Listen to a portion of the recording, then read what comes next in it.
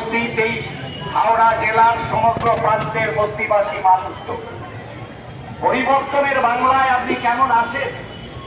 সবকা সাথ ভারত কা বিকাশ, আমার দেশের 56 ইঞ্চি ছাতিয়ালি যে স্বপ্ন দেখিয়েছিল, সে স্বপ্ন আজকে আমাদের ধূলিসাৎ হয়েছে।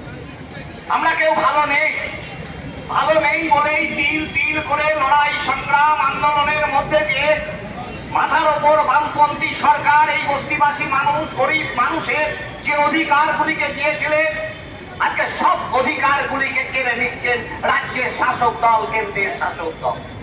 আমরা কেউ ভালো নেই। এক সময় কলকাতা হাওড়া ছিল শিল্প নগরী।